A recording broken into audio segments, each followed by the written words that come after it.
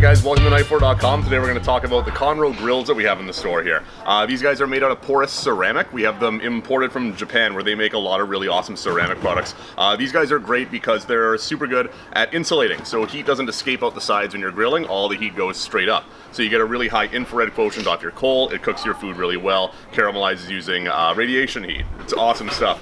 We have a lot of different sizes though, and a lot of people ask which one is going to be right for their needs. This is a barbecue size, a little bit wider, a little bit longer. This is great if you're doing a lot of burgers, steaks, sort of more Western cooking, right? The Yakitori style are a little bit more long and narrow. These guys are great for doing skewers. So if you've been to a Yakitori restaurant, you've had like chicken skewers and vegetable skewers. This guy is sort of what that's really meant for. We also sell a lot of different types of charcoal here. So Binchotan from Japan. This is really high carbon stuff. It takes a while to get lit up, but it burns for a super long time at a really high heat. We also carry some more simple stuff. This is tan, Pok tan charcoal. This guy's from Thailand, made out of fruit wood. So it lights up a little bit faster, but it usually doesn't burn for quite as long. So it sort of depends on what you're looking for to get out of your charcoal. You can also use any charcoal with these guys. If you just go to Canadian Tire, get the lump briquette. The problem with that stuff is it generally doesn't burn for as long, as consistently, or at as high of a heat. So how do you get this stuff lit up? That's sort of the question that we get at the shop quite a lot. How do I light my charcoal? These two types of charcoal are a little bit trickier to light up than a lot of others that you're going to find at like, you know, Canadian Tire or whatever. You can get yourself a chimney. We sell these guys at Knifewear. They're only 19 bucks a piece. You put your charcoal in the top. You can stuff the bottom with like some newspaper or some cardboard or something like that and light that guy up and just sort of wait for your coal to get hot that way. I'm kind of lazy though, so I went to the grocery store and I bought this really awesome camp stove. It was 25 bucks, runs on butane. I just load up my my chimney here just like I would if I was gonna light it with wood or paper or whatever, and I just turn this guy on and I wait. That's all it takes. So our coals have been going for maybe about 10 minutes now. We got white sort of halfway up the sides here. At this point, we can turn off our stove and we can pop them into our yakitori. Now, if we stack these guys up into a little sort of Lincoln log kind of dealy looking here, we'll be ready to grill in no time. Alright, so our coals are getting nice and hot now, so I'm going to throw some food on the grill. This is our yakitori size, and we have these dandy little yakitori skewers that we sell at Knifewear. These guys are perfect for these guys because they have the exact same length as the grill top. So we just throw these guys on top. I got some chicken yakitori, and I just got some vegetable skewers as well, right? A lot of people think that this is a much better grilling method for meats and stuff like that, but it's actually awesome for veggies too. There we go. So now the most important thing is patience. We're going to hang out for a little while and let the grill do its work.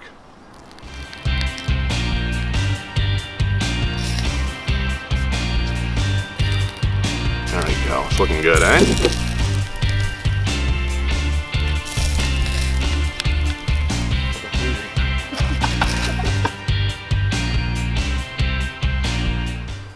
Alright, so we're all finished with our yakitori now, so we put our charcoal into our big barbecue style grill. So these guys are a little bit wider, and this one's a sort of a larger size. This is the medium sized barbecue.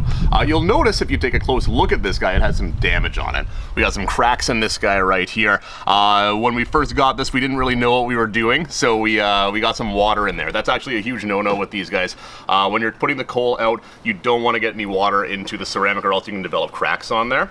Today we're going to grill up some tofu, some veggies, some pork chops. This is good for sort of all that traditional barbecue fare, right? So if you're looking to have a bunch of people over and do a good variety of stuff, this is the one that you want to grab. Alright, so I'm going to do a pretty good variety of stuff here. I got some lemongrass pork chops I got marinated up. One of my favorite items as well is grilled tofu for any vegetarians in the group. This is awesome. I got this stuff marinated with some balsamic vinegar and some za'atar. If you've never had za'atar before, it's a Persian Middle Eastern seasoning. It's got a lot of oregano, a lot of sesame, some sumac. You can probably find it at most specialty spice shops. There we go.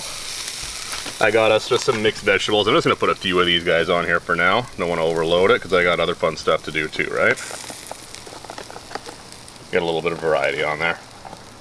And then in this area, I've got sort of one coal that isn't super hot right now, but that's perfect for doing my lamb rack. Just gonna hang that over the edge so the bones don't get all crispy on there. So again, it's time to be patient now. That's the key with this kind of cooking. The coal cooks really evenly, it cooks pretty quickly, but you just gotta leave it alone and give it some time.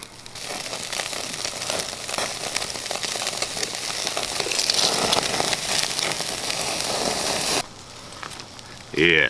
So there we go. Now that we're all done cooking, we got our tofu, we got our veggies, we got our pork chops, lamb still coming along here. But when we're all set, all we got to worry about is getting our charcoal cooled down quickly and safely. All right, so now that we're all finished grilling, we got to take our coal and we got to get it to cool down somehow. There's a couple ways to do it. You can either just let it sit overnight. The coal will, obviously, it'll fall apart. You won't get to use it again. This type of coal, this pok, it's great because it burns for a long time. So if you want to use it a couple times, you totally can. Easiest way to do it, into the water. If you want, you can also put it into a cast iron dish and put a lid on it, and it'll sort of suffocate it out. But I think the water is a little bit more fun.